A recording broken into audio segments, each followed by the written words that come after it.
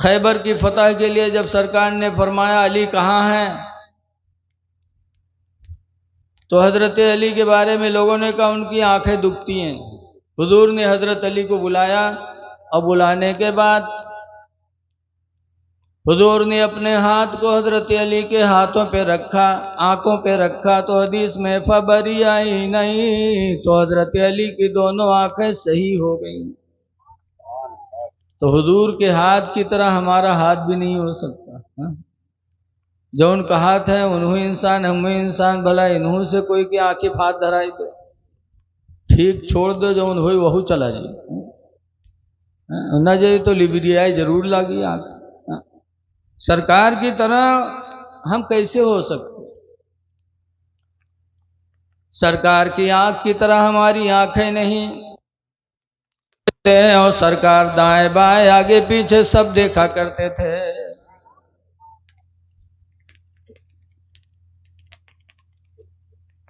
سرکار کا تھوک ہمارا تھوک سرکار کے تھوک کی طرح نہیں ہو سکتا۔ حضرت علی کی آنکھ میں تھوک ہی لگایا تھا تو آنکھ سے ہی ہو گئی۔ ہمارے بال نبی کے بال کی طرح نہیں ہو سکتے۔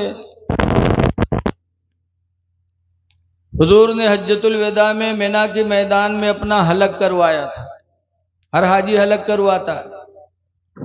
جب حلق کروایا تو ایک نوائے معرور صحابی حضور کے سر مبارک پر پانی ڈالے اور ہاتھ سے ملنے لگے بال بنانے کے لیے۔ مل رہے ہیں اور رو رہے ہیں۔ حضور نے پوچھا معرور رو رہے ہو؟ کہا حضور مجھ سے زیادہ خوش نصیب کون ہو سکتا؟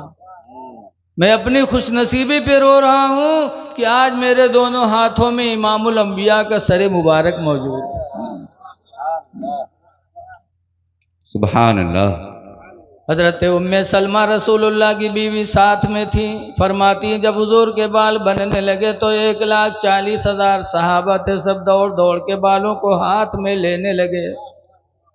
ام سلمہ کہتی ہے میں بھی دوڑی، میں نے بھی ہاتھ پھیلایا، میرے ہاتھوں میں بھی چند بال ملے، ان بالوں کو میں نے شیشی میں بند کر لیا۔ پھر مدینہ منورہ آئی، فرماتی ہیں جب کوئی بیمار ہوتا تو میں پانی میں وہ شیشی ڈبو دیتی، بال نہیں بھیگتے بلکہ شیشی بھیگتی، اور پھر وہ پانی بیمار کو دے دیتی تو بیمار کو اللہ تعالیٰ نبی کے بالوں کے وسیلے سے شفا عطا فرما دیتا۔ سبحان اللہ سبحان اللہ۔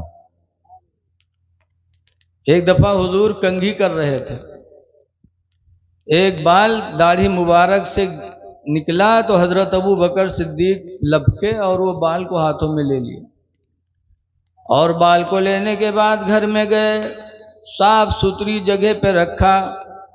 پھر حضرت ابو بکر لیٹ گئے بستر پہ۔ فرماتے ہیں کہ جب میں بستر پہ لیٹا تو قرآن کریم کی تلاوت کی آواز آنے لگی، تو حضرت ابو بکر فرماتے ہیں میں اٹھا اور گھر میں قرآن پڑھنے والے کو تلاش کیا، کوئی قرآن پڑھنے والا نہیں ملا، تو فرماتے ہیں میں آگے بستر پہ بیٹھ گیا، پوری رات میرے گھر میں قرآن کی تلاوت ہوئی اور پڑھنے والا مجھے نظر نہیں آیا۔ حضرت ابو بکر فرماتے ہیں میں صبح ہوئی نماز فجر پڑھنے کے لیے حضور کے پاس گیا، پھر حضور سے پوچھا کہ اللہ کے رسول آج میرے گھر میں پوری رات قرآن پڑھا گیا اور پڑھنے والے کو میں نے بہت تلاش کیا لیکن پڑھنے والا کوئی نہیں ملا۔ سبحان اللہ۔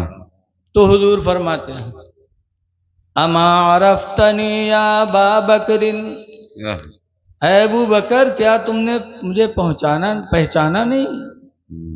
ان الملائکۃ تجتمع علی شعری، کہ فرشتے میرے بال پر جمع ہوتے ہیں۔ سبحان اللہ سبحان اللہ۔ وَيَقْرَأْنَ الْقُرْآنَ كُلَّ اللَّيْلِ، اور پوری رات وہ فرشتے بال پر جمع ہو کر کے قرآن کی تلاوت کیا کرتے ہیں۔ سبحان اللہ سبحان اللہ ماشاء اے اللہ۔ ابو بکر اگر دنیا کا کوئی قرآن پڑھنے والا ہوتا تو تم میں مل جاتا، پڑھنے والے اللہ کے فرشتے تھے تو تمہیں کیسے مل سکتے؟ یہ سرکار کا بال ہے کہ فرشتے جمع ہوں؟ اور ہمارے تمہارے بال کہیں پڑے ہوں تو ہم اور آپ پیر ہٹا کے ہمارا بھائی بھاگے گا، بولو؟ تو سرکار کے بال کی طرح ہمارے بال نہیں ہو سکتے۔ تو سرکار ہماری طرح یا سرکار کی طرح ہم جسم میں نہیں، پھر اللہ کیسے کہتا ہے کہ بے شک کہہ دو کہ میں تمہاری طرح بشر ہوں؟ تو ہو سکتا ہے حضور جسم میں ہماری طرح نہ ہوں تو شریعت میں ہماری طرح ہوں گے، تو شریعت میں بھی ہماری طرح نبی نہیں ہے، یا ہم نبی کی طرح نہیں ہیں، کیونکہ شریعت میں ہمارے تمہارے اوپر کئی نمازیں فرض ہیں؟ 5۔ اور حضور پر کتنی نمازیں فرض تھیں؟ 6۔ 5 تو یہی فجر، ظہر، عصر، مغرب، عشاء، اور حضور پر تہجد کی نماز بھی فرض تھی۔ تو نماز میں بھی ہم ان کی طرح نہیں۔ زکوٰۃ میں تو حضور ہم میں کوئی مالدار ہو جائے تو زکوٰۃ دینا فرض، اور نبی پر زکوٰۃ دینا فرض ہی نہیں تھا، نبی پر زکوٰۃ دینا فرض نہیں تھا۔ دوسری، اور ہم میں کوئی غریب ہو جائے تو زکوٰۃ کھا سکتا ہے، لیکن اللہ کے رسول زکوٰۃ بھی نہیں کھا سکتے، نہ ان کی اولادیں کھا سکتے۔ ہم اور آپ کے پاس اگر طاقت ہو تو 4 عورتوں سے زیادہ نکاح نہیں کر سکتے، اور رسول کریم صلی اللہ علیہ وسلم نے 11 بیویوں کو اپنے نکاح میں رکھا، تو پتہ چلا کہ ہم شریعت میں بھی نبی کی طرح نہیں ہیں، بولو؟ نہ ہم جسم میں نبی کی طرح ہیں، اور نہ ہم شریعت میں نبی کی طرح ہیں، نہ نبی ہماری طرح۔ تو پھر اللہ کہتا ہے کہہ دو کہ میں تمہاری طرح بشر ہوں۔ اور حضور نے بھی فرمایا، صحابہ کرام پیدر پہ روزہ رکھنے لگے تو نڈھال ہو گئے، کمزور ہو گئے۔ حضور بھی رکھتے تھے پیدر پہ روزہ، جب صحابہ کمزور ہوئے، کوئی ہوا اونگھان پڑا ہے، کوئی ہوا بے ہوش پڑا ہے، حضور نے پوچھا کیا ہوا؟ کہا آپ پیدر پہ روزہ رکھتے تھے، ہم لوگ بھی رکھنا شروع کر دیے۔ تو حضور نے صحابہ سے فرمایا تھا ایکم مثلی، تم میں کا میری طرح کون ہے؟ یطعمنی ربی ویسقینی ربی، میرا رب مجھے کھلاتا رہتا ہے، میرا رب مجھے پلاتا رہتا ہے، میری طرح تم میں کون ہو سکتا ہے؟ سبحان اللہ، سبحان اللہ۔ حضور بھی فرماتے ہیں تم میں کون ہے میری طرح؟ اور دیکھو نبی کو تو الگ رکھو، ابھی نبی کی بیویاں جو نکاح میں آ گئیں، اللہ تعالیٰ ان کے بارے میں قرآن حکیم سورہ احزاب کے اندر فرماتا ہے یا نساء النبی، اے نبی کی عورتوں، لستن کاحد من النساء، ہرگز ہرگز تمہاری طرح دنیا کی کوئی عورت نہیں ہو سکتے۔ سورہ احزاب کی آیت ہے لستن کاحد من النساء، ہرگز ہرگز دنیا کی کوئی عورت تمہاری طرح نہیں ہو سکتی ہے نبی کی بیویوں۔ جب نبی کے دامن میں آنے والی عورتوں کی کوئی برابری نہیں کر سکتا تو نبی کی برابری کوئی کیسے کر سکتا؟ اسی لیے اعلیٰ حضرت امام اہل سنت رضی اللہ عنہ نے پوری زندگی اپنی تعریف نہیں کیا، نہ اپنے باپ کی کیا، نہ اپنے باپ دادا کی کیا۔ آج دیکھو پیر لوگ آوت ہیں، بڑے بڑے پیر آوت ہیں، اسٹیج پر بیٹھے ہیں تو دو ایک تھوڑے شاعر ساتھے لئی ہیں، ایک دوی مقرروں لئی ہیں، کاہے کھاتے تم ہمار تعریف کرو ممبر پر ٹھاڑے۔ تو شاعر جب پڑھتے ہیں پیر صاحب کے شان میں تو پیرو صاحب پھول کے غبارہ ہو جاتے ہیں، اور مریدوں لوگ مار دیوانہ ہو جاتے ہیں، روپیہ بروپیہ۔ باپ کی تعریف کرو، دادا خانقاہ کی تعریف کرو، بہت خوش ہوں گے۔ ایسے کچھ پیر مقرر رکھتے ہیں دلال ٹائپ پہ، وہ ہیں تو نماز روزہ کچھ نہ بتائی ہیں، بس پیر صاحب کا بتائی ہیں۔ ایک مرتبہ میں رتلام گیا تقریر کرنے کے لیے، ایک پیر صاحب بلایا، اور جب وہاں پہنچا تقریر کرنے چلا تو انہوں نے ہم سے کہا کہ مولانا صاحب تقریر میں یہی کہنا ہے کہ جو کچھ ہے وہ پیر ہے، آپ کو اس کے بارے میں تقریر کرنا ہے کہ جو کچھ ہے وہ پیر ہے۔ تو ہم کو بہت برا لگا کہ خود اپنی تعریف کروا رہے ہیں، جو کچھ ہے پیر ہے۔ تو پھر ہم نے تقریر کیا عظمت والدین پر، ہم نے کہا جو کچھ ہے وہ ماں باپ ہیں۔ پیر کی تعظیم، پیر کا شکر ادا کرنا قرآن میں کہیں نہیں لکھا ہے کہ پیر کا شکر ادا کرو، لیکن ماں باپ کا شکریہ ادا کرنا قرآن میں ہے۔ اللہ فرماتا اُشْکُرْ لِی وَلِوَالِدَیْک، تم میرا شکر ادا کرو اور اپنے ماں باپ کا شکریہ ادا کیا کرو۔ میں نے ایک حدیث اور پڑھی، بہت کچھ کہا لیکن میں مختصر میں آپ کو بتا رہا ہوں۔ حدیث پاک میں کہ ایک صحابی بارگاہ نبی میں حاضر ہوئے، انہوں نے کہا من احق بحسن صحابتی، اے اللہ کے رسول یہ بتا دیجئے کہ ہم دنیا میں سب سے زیادہ احسان کس کے ساتھ کریں؟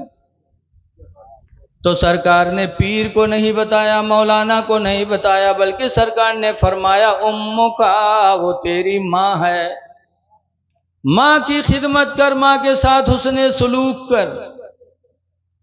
قلت ثم من، میں نے کہا پھر کون ہے؟ فقال رسول اللہ ابو کا، تو سرکار نے پھر سرکار نے فرمایا امک کا، تیری ماں ہے۔ سبحان اللہ۔ دی مرتبہ سرکار نے ماہی کو بتایا، پیر صاحب کا نہیں بتائیں۔ وہ صحابی کہتے قلت ثم من، میں نے کہا اللہ کے رسول 2 مرتبہ ماں ہو گئی، پھر کون ہے کہ جس کی ہم دنیا میں خدمت کریں، اس کے ساتھ احسان کریں؟ تو سرکار نے تیسری مرتبہ پھر فرمایا امک کا، تیری ماں ہے۔ سبحان اللہ۔ پھر یہ گھبرا کے کہتے ہیں قلت ثم من، میں نے کہا پھر کون ہے اللہ کے رسول؟ فقال رسول اللہ ابو کا، تو سرکار نے چوتھی مرتبہ میں فرمایا تمہارا باپ ہے۔ اس کے بعد وہ صحابی خاموش ہو گئے، اللہ کے رسول نے بھی کچھ جواب نہ دیا۔ تو ہم نے کہا کہ دنیا میں اگر احسان کرنا ہے تو سب سے زیادہ ماں باپ کے ساتھ کرو۔ ماں باپ ہی کے بارے میں بتایا گیا، رضا الرب فی رضا الوالدین، تمہارے رب کی رضا تمہارے ماں باپ کی رضا میں ہے، کہ ماں باپ راضی تو خدا راضی۔ جب ہم نے والدین کے اوپر تقریر کیا تو ہم چلے لاگن، تو ہم کہا نذرانہ چھوڑ دو، سدھ کراؤ نہیں دی، اور رتلام گیا تھا 4 دن لگا، اور جتا وہ دہن وتا ہمارے کراوے میں ہے سب ختم۔ تو آج کل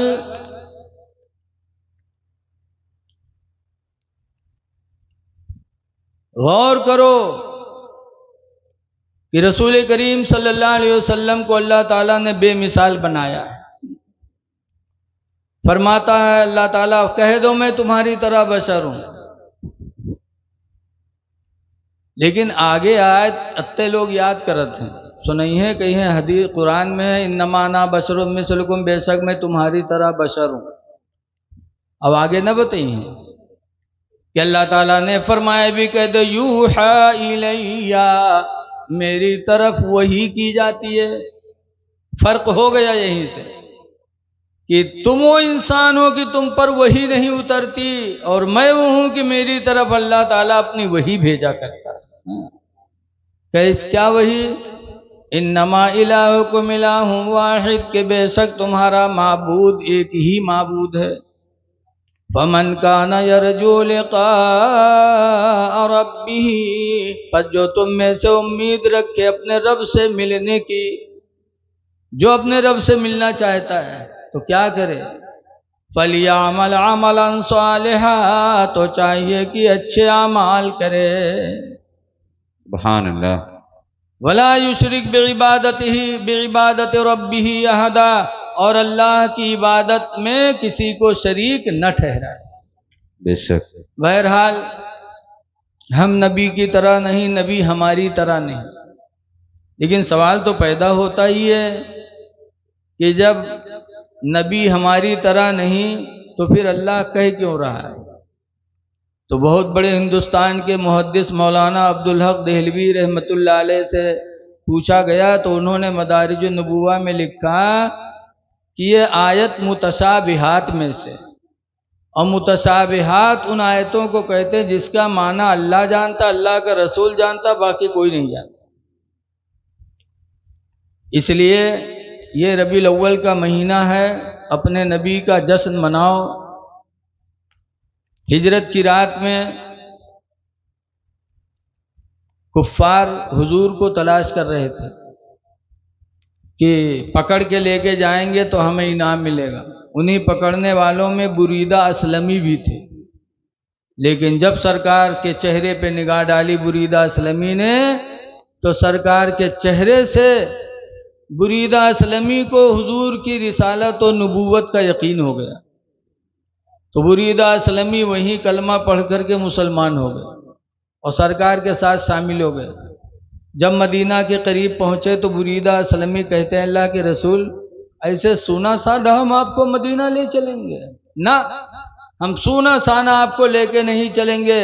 بریدہ اسلمی کے پاس امامہ تھا، امامہ کو بریدہ اسلمی نے اپنے نیزے پر ٹانگا اور جھنڈے کی شکل میں بریدہ اسلمی اور صحابہ نے رسول اللہ کو مدینے میں داخل فرمایا۔